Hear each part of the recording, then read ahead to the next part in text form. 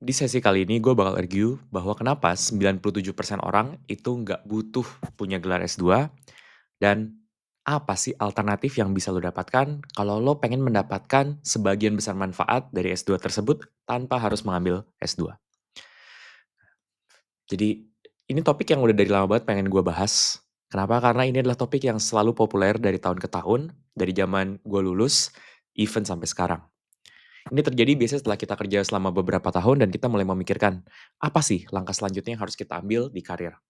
Apakah kita mau memanjat jenjang karir, kita mau berpindah dan membangun usaha sendiri, atau kita mau S2? Nah, di sini gue bakal breakdown sebenarnya kenapa sih S2 ini menjadi pilihan yang menarik buat banyak orang. Think first and foremost, orang menganggap bahwa mengambil S2 ini adalah sebuah pilihan yang bagus untuk career progression. Nah, ini yang kadang-kadang tidak dikuliti lebih jauh. Sebenarnya what type of career progression sih yang didapatkan dengan memiliki gelar S2? Sepengetahuan gue, kalau lo pengen menjadi seorang peneliti atau ingin menjadi seorang dosen di akademik dan research, of course S2 is a must. Karena banyak kampus cuma mau menerima dosen yang punya gelar S2, bahkan mereka butuh untuk punya gelar S3. So if that's your career direction, then yes, lo nggak usah dengerin sisa video ini karena oke, S2 atau bahkan S3 mungkin relevan buat lo. Tapi kalau lo nggak di jalur akademik, seperti gue dan banyak orang lainnya, then it should be a question, sebenarnya apa sih keuntungannya S2 itu terhadap karir? Kita belah-belah aja di dalam S2 itu tuh sebenarnya ada apa aja sih komponennya. Komponen pertama adalah ilmu. Of course yang namanya kita sekolah, kita belajar. Pertanyaannya, apa sih yang kita pelajarin di S2 yang membantu buat karir kita? Zaman tuh udah berubah banget. Kalau kita ngebandingin hari ini sama zaman orang tua kita, itu udah bedanya jauh banget. Orang tua kita dulu nggak ada internet. Kalau mau belajar ya literally harus datang ke kampus. Sekarang kalau kita mau belajar, kita bisa belajar secara online. Kelas-kelas dari luar negeri udah banyak, yang nawarin sertifikasi juga banyak, yang ngasih video gratis di YouTube juga banyak. Jadi sebenarnya kita tuh tidak kesulitan untuk mencari informasi. Tapi Vi kan bingung gimana cara bikin kurikulumnya. Lo bisa tanya ChatGPT. Atau lo bisa juga cari tahu sebenarnya specifically apa yang lo butuhin. Bahkan gue jauh lebih suka kalau belajar itu nggak terbatas terhadap degree 2 tahun, tapi bisa milih-milih sebenarnya apa yang pengen gue pelajarin. For example, gue bertransisi kan dari seorang pekerja kantoran untuk menjadi seorang entrepreneur. Dan hal yang gue paling gak ngerti adalah tentang branding. Ya bisa aja, kalau gue ngambil kuliah MBA, gue belajar branding 1 semester. Tapi, apakah branding itu relevan dengan kasus gue dalam membangun sebuah personal brand? Probably not relevant. Karena kasus di MBA, most of the time bukan ngomongin personal branding, tapi mereka ngomongin gimana company-company gede melakukan rebranding. So it's not relevant dan juga sangat time constraining. Dan yang paling memberatkan buat gue dengan situasi kayak itu adalah ya lo sekolah. Dan ketika di sekolah, lo tidak punya kesempatan untuk benar-benar mempraktekkan secara langsung di dunia nyata apa impact atau apa validitas dari teori tersebut terhadap aplikasinya di kehidupan lo.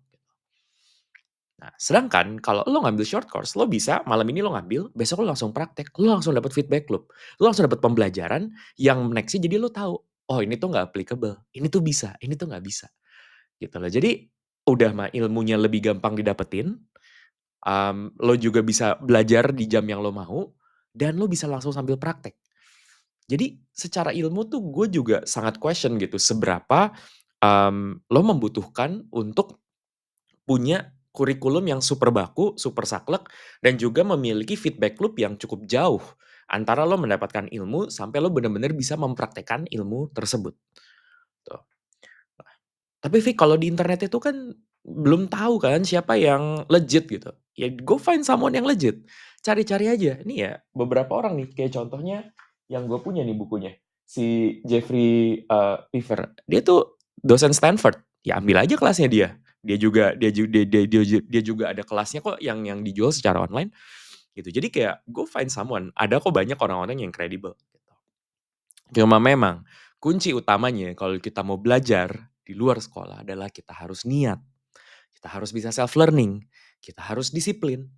Nah, jadi sebenarnya yang gue tangkep S2 itu tuh membantu untuk kita yang kesulitan untuk belajar kalau kita tidak memiliki sistem gitu. Jadi kasarnya kayak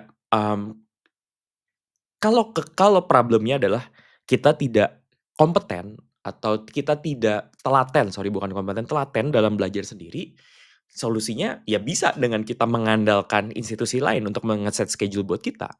Atau opsi lainnya, ya adalah kita belajar caranya disiplin, gitu. Dan kenapa itu worth it?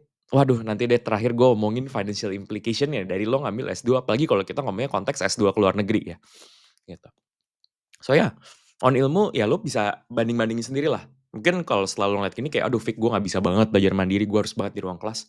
Then go for it. And that's your choice. So long lo tahu bahwa sebenarnya ada kok alternatif lain.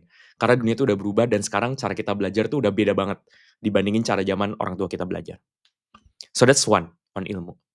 Second, network. One can argue bahwa, aduh ketika lo S2 tuh, lo bisa dapat network-network baru gitu. Gue agree, karena kalau misalnya lo masuk ke sebuah kampus, of course lo akan punya teman-teman baru. Dan itu hal yang gue personally sangat syukuri. Ketika dulu gue S1, banyak hal tuh jadi berubah pola pikirnya karena gue punya teman-teman kelas yang, yang menginspirasi gue lah. Yang kayak, wah gila dia dari daerah, dia ternyata belajarnya rajin banget, dan yang males banget juga banyak. Nah, the thing adalah ketika kita mencari mau S2 ke luar negeri, seberapa relevan sih network itu terhadap masa depan kita? Dari hasil ngobrol sama puluhan anak-anak yang udah MBA di luar negeri, itu baru berguna kalau lo mau melanjutkan karir lo di negara tersebut. Atau lo mau membangun bisnis yang super global. Makanya lo butuh connection yang seperti itu. Jadi teman gue ada yang dia kuliahnya di Harvard Business School, terus dia daftar kerja di US dan dia dapet. Karena jaringannya Harvard Business School tuh oke banget. Dan dia bisa dapat referral dan kawan-kawannya dapat intro chat, akhirnya dia bisa dapat kerjaan di US gitu. If that's your goal dan beasiswa lo atau kuliah lo mendukung hal tersebut, feel free. Awas ya kalau lo orang LPDP terus lo mau kabur, kayak don't take this advice. Tapi kalau lo LPDP dan lo harus balik ke Indonesia, then that's kerja di luar negeri itu bukan option yang bisa lo dapetin. Dan yang artinya ketika lo nggak bisa kerja di luar negeri, value dari lo punya koneksi, teman-teman di luar negeri ya turun dong. Jadi nggak seberharga itu dibandingkan kalau lo memang mau membangun karir di sana. Tuh. Jadi gue beneran pernah nanya ke beberapa orang. Oke, lo kuliah di MBA ternama, terus lo bilang lo dapat connection, dan apa contoh di mana connection itu benefiting buat lo? Gue ingat banget teman gue tuh bilang, terus dia diem terus dia mikir. Gue ingat banget, waktu itu gue ada project di bagian insurance dan gue nggak ngerti insurance. Dan classmate gue dulu di business school itu kerja di insurance, jadi gue bisa nanya sama dia. Oke, fair enough. Ada lagi? Enggak sih, kayaknya itu aja. Dan lo bayangin, punya classmate sekian ratus, tapi yang relevan cuma satu. Dan sorry to say, ya lu kalau mau nyari insurance expert, cari aja di Indonesia juga banyak. Nggak harus kita kuliah sampai ke Amerika atau ke Inggris kan, untuk dapetin informasi seperti itu. Tuh, jadi seringkali kita kurang meng-unpack sebenarnya apa sih network yang kita dapetin ketika kita itu S2 dan seberapa relevan network tersebut terhadap goal kita. Nah, terus apa dong optionnya kalau kita pengen expand network? Ya banyak. Join ke komunitas. Komunitas yang sesuai dengan minat kita. Komunitas entrepreneurship, komunitas lari, komunitas seni, komunitas bisnis, komunitas content creator. Banyak banget. Lo googling sekarang aja juga pasti dapat banyak. Tuh.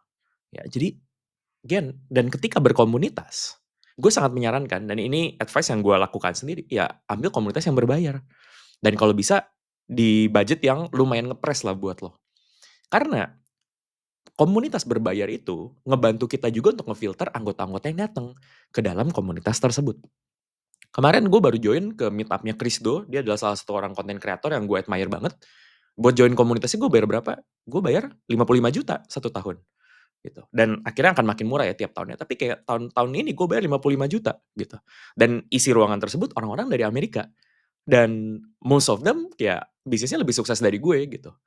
Jadi ketika gue bisa berjejaring sama mereka, gue juga jadi bisa ngelihat bahwa oke, ini ada orang-orang yang lebih jago dari gue dan gue bisa belajar dari mereka.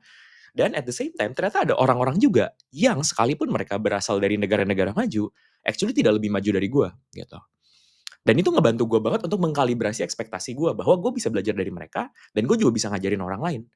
Karena kadang-kadang gue tuh juga memiliki inferiority sebagai seorang yang dari Asia, nggak sekolah di luar negeri.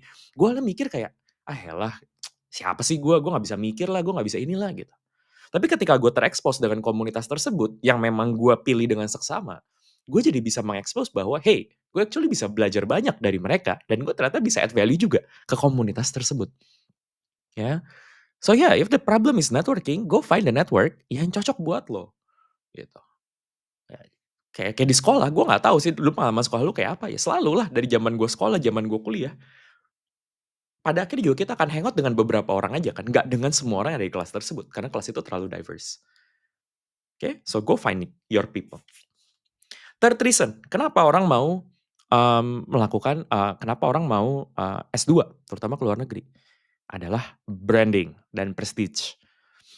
Well, untuk hal ini gue tidak bisa argue. Yes, of course, kalau misalnya lo bisa bilang, oh ya lulusan Ivy League, lo alumni Harvard, lo alumni Stanford, lo alumni Columbia, kayak it's actually instant credibility building. Yes, orang bakal langsung kayak, oke, wow, lulusan dari kampus ini gitu. Oke, understandable. The question is, how valuable is that in the future? Ya, it's good for branding.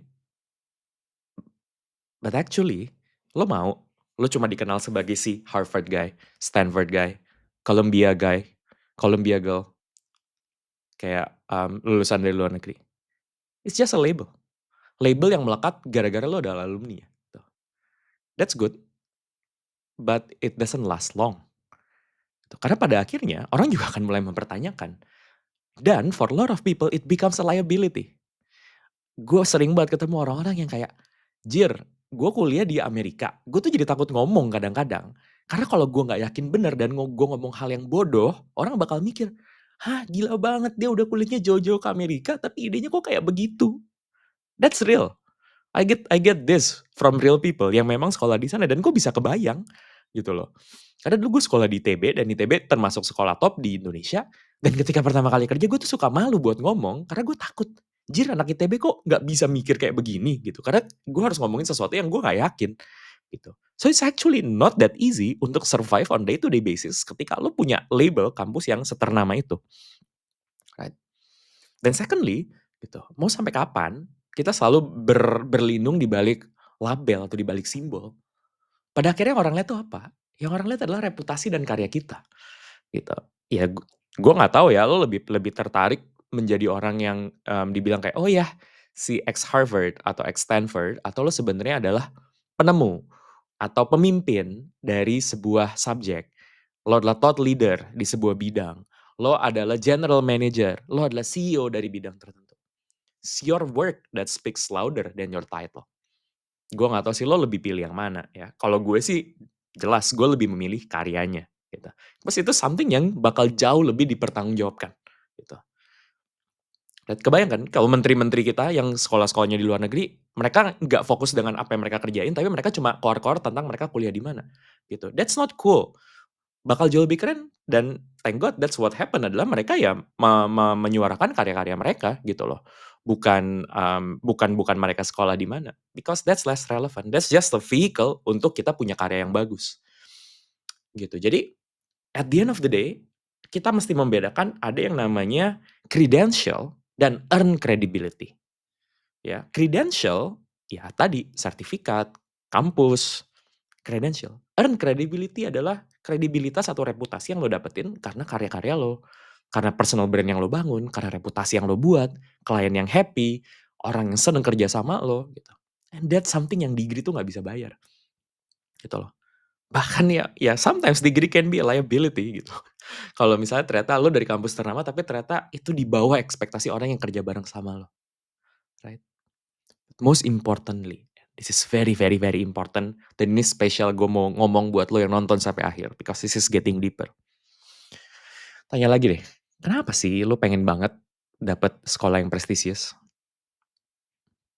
Is it because lo pengen dianggap, lo pengen merasa good about yourself, lo pengen merasa diri lo berharga, right?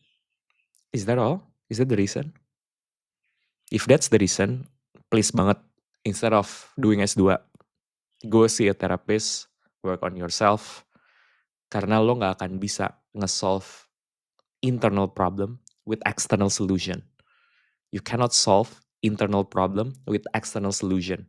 What I mean by that, ya itu adalah masalah di dalam diri kita. Kita tidak merasa cukup, kita punya imposter syndrome, kita merasa bahwa only by having degree kita can feel good about ourselves. Work on it.